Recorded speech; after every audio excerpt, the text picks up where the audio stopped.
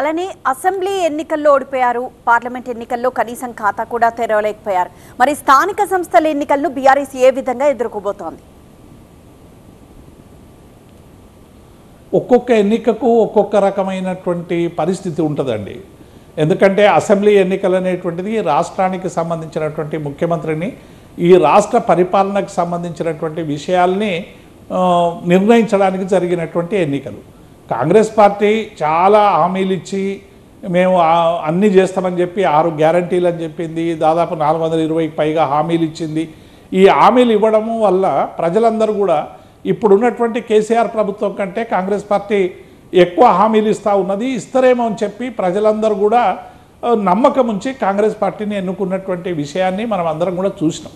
కానీ ఆ తర్వాత 8 నెలలు అయిపోయింది, ఇప్పటి వరకు 6 గ్యారంటీలు ఒక బస్ ఫ్రీ తప్ప మిగతా ఏవి కూడా వాళ్ళు చెప్పిన విధంగా చేయలేనటువంటి పరిస్థితి కనబడతాం. ఉదాహరణకి ఇవాళ 15 సబ్ కమిటీలు వేసిర్రు క్యాబినెట్ మంత్రులతోని. ఈ ప్రభుత్వం వచ్చిన 8 నెలల్లోనే 15 క్యాబినెట్ సబ్ కమిటీలు వేసారు. ఏ క్యాబినెట్ సబ్ కమిటీ కూడా ఇప్పటి వరకు రిపోర్ట్ ఇచ్చింది లేదు. ఆ రిపోర్ట్ ఆధారంగా వాళ్ళు ఇచ్చినటువంటి హామీలను అమలు చేసేటువంటి అవకాశం లేదు. నేను ఇంతకుముందే చెప్పినట్టు రైతులకు సంబంధించింది అయితే అన్నీ ఎత్తేసేటువంటి ప్రయత్నం చేస్తూ ఉంది. ప్రతి క్వింటాలకు మేము 500 బోనస్ ఇస్తామని చెప్పినటువంటి, ధాన్యానికి బోనస్ ఇస్తామని చెప్పినటువంటి ప్రభుత్వం ఇప్పటికీ ప్రభుత్వం వచ్చినాక 2 పంటలు పండినా ఏ వడ్లకు కూడా బోనస్ ఇవ్వలేదనేటువంటి విషయాన్ని నేను ఈ సందర్భంగా గుర్తు చేస్తూ ఉన్నాను. కాబట్టి ఇట్లా చెప్పుకుంటూ పోతే అనేక హామీలు, రైతు కూలీలకు ఇచ్చినటువంటి హామీ అమలు కాలేదు. 2005 నుంచి 4000 పెన్షన్ చేస్తామన్నారు. మహిళలందరికీ కూడా 2500 ఇస్తామన్నారు. ఇట్లా అనేక నిరుద్యోగ భృతి అన్నారు. ఇట్లా చాలా చెప్పినారు. తులం బంగారంతో పాటు కళ్యాణ లక్ష్మి కూడా అమలు చేస్తామన్నారు. ఇప్పటి వరకు ఎవరికి చేసినటువంటి పాపన పోలేదు.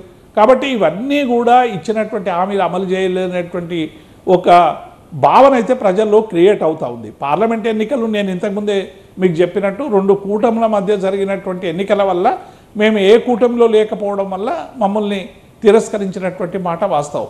మొన్న ఎమ్మెల్సీ ఎన్నికలు జరిగినాయి, నల్గొండ, వరంగల్, ఖమ్మంకు సంబంధించినటువంటి ఎన్నికలు.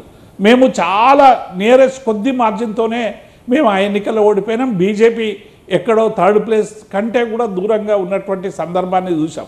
కాబట్టి రేపు స్థానిక సంస్థల ఎన్నికల్లో కూడా డెఫినెట్గా మా ప్రజాప్రతినిధులు అందరూ కూడా జడ్పీటీసీలు కావచ్చు, ఎంపీటీసీలు కావచ్చు, మా సర్పంచులు కావచ్చు, చాలా పెద్ద సంఖ్యలో మాకు ప్రజాప్రతినిధులు ఉన్నారు. 60 లక్షలకు పైగా మాకు సభ్యత్వం ఉంది.